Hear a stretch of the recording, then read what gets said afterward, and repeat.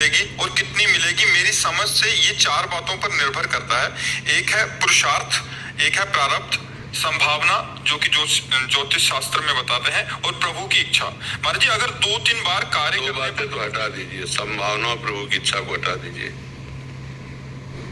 प्रभु की इच्छा कभी ऐसी नहीं होती कि सफलता मिले या ना मिले, उसमें कोई प्रभु की इच्छा नहीं होती, क्योंकि समम प्रिय समम उपजाए।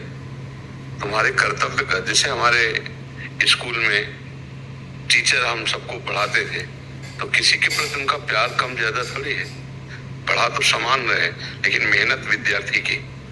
जो विद्यार्थी जितना अच्छे ढंग से उसको पकड़ पाया, अच्छे ढंग से पढ़ा, वही क्लास में उत्तम उत्तीर्ण हुआ। उसमें टीचर की कृपा नहीं बोल सकते आप, टीचर तो समान भाव से सबको पढ़ा रहा है। ऐसे ईश्वर का समान भाव सबके, समूहम सर्वभूतेषु समम प्रिय सब उपजाए। और संभावना कि मतलब किसी ग्रह नक्षत्र या कोई दैवी शक्ति या कोई ऐसा भाव आपका नहीं। मेरा ये कहना है कि जैसे ज्योतिष शास्त्र मैंने आपको पहले सुना था कि वो बताते हैं कि अमुक समय पे ये ज्योतिष शास्त्र वही बताता है जो हमारे प्रारब्ध में है, वो कोई अलग चीज नहीं बता सकता। जो हमारा प्रारब्ध निर्माण शरीर का हुआ है वो उसी से गणित लगा के बताया जा सकता है। ये दो बातें तो हटाइए आप, अब दो बातें रह गई। पहला कौन सा? पुरुषार्थ, हाँ, दूसरा प्रारब्ध। हाँ, अब इसमें क्या होता है कि जैसे हमारा पुरुषार्थ है 80% और प्रारब्ध है 100% हानि देने का, तो हम सफलता प्राप्त करते करते भी रह जाएंगे। अब हमारा प्रारब्ध है 80% और पुरुषार्थ है 100%, तो गिरते गिरते भी हम पास हो जाएंगे। मतलब एक गया गया गया और जीत गया। उसमें हमारा पूर्व का जो पुरुषार्थ असत किया गया है वही हमारा प्रारब्ध बन करके इस समय आया है। अब वर्तमान का हमारा सत पुरुषार्थ इतना जोर का हो कि पूर्व किया गया जो हमारा पुरुषार्थ था, जो प्रारब्ध बनकर है, उसको परास्त कर दे। इसीलिए हम कहते हैं नाम जप करते रहो और प्रयासरत रहो और फल में समान भाव रखो। फल में समान भाव न रखने के कारण बड़ी दुर्दशा हो जाती है। जैसे हम कोई भी कार्य करते हैं तो पूरा मन में ठान लिया इतना लाभ होगा ही, और विपक्ष सोचा नहीं कि हानि भी हो सकती है, नहीं भी हो सकता है। ये जरूर पक्का सोचना चाहिए, विपक्ष जरूर सोचना चाहिए। वही बुद्धिमान आदमी है जो दोनों पक्षों को सोच के चलता है, वो मजबूत होता है कि हो सकता है हम फायदे के लिए कर रहे हैं, प्रयास हमारा पूरा फायदे, लेकिन हानि भी हो सकती है, तो सहेंगे यार। पहले तैयार हो जाओ, अगर पहले से तैयार नहीं हुए तो फिर आप परेशान हो जाओगे, डिस्टर्ब हो जाओगे।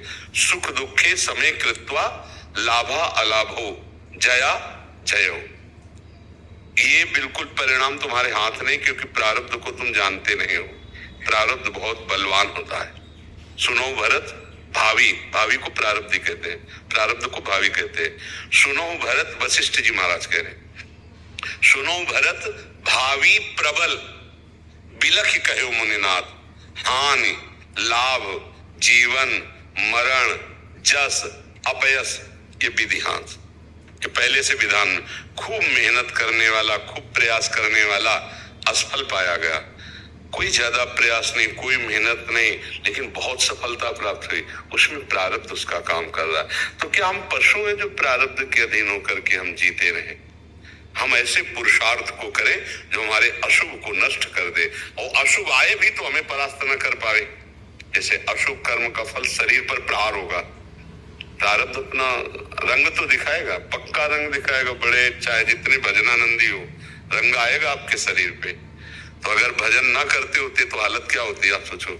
अब जैसे तो भजन है, भजन मार्ग में है भगवान, तो इसका प्रभाव उतना नहीं पड़ रहा है जितना पड़ना चाहिए। पड़ता तो है, थोड़ी थोड़ी देर में दर्द हो रहा है तो बार बार, पर वो अपने प्रारब्ध अपना रंग दिखा रहा है। लेकिन पुरुषार्थ स्वभाव पड़ गया तो प्रारब्ध हल्का है और पुरुषार्थ प्रबल हो गया। तो हमारा मनुष्य जीवन केवल प्रारब्ध ही भोगने के लिए नहीं, ऐसा हम प्रबल पुरुषार्थ करें कि हम आगे बढ़ जाएं।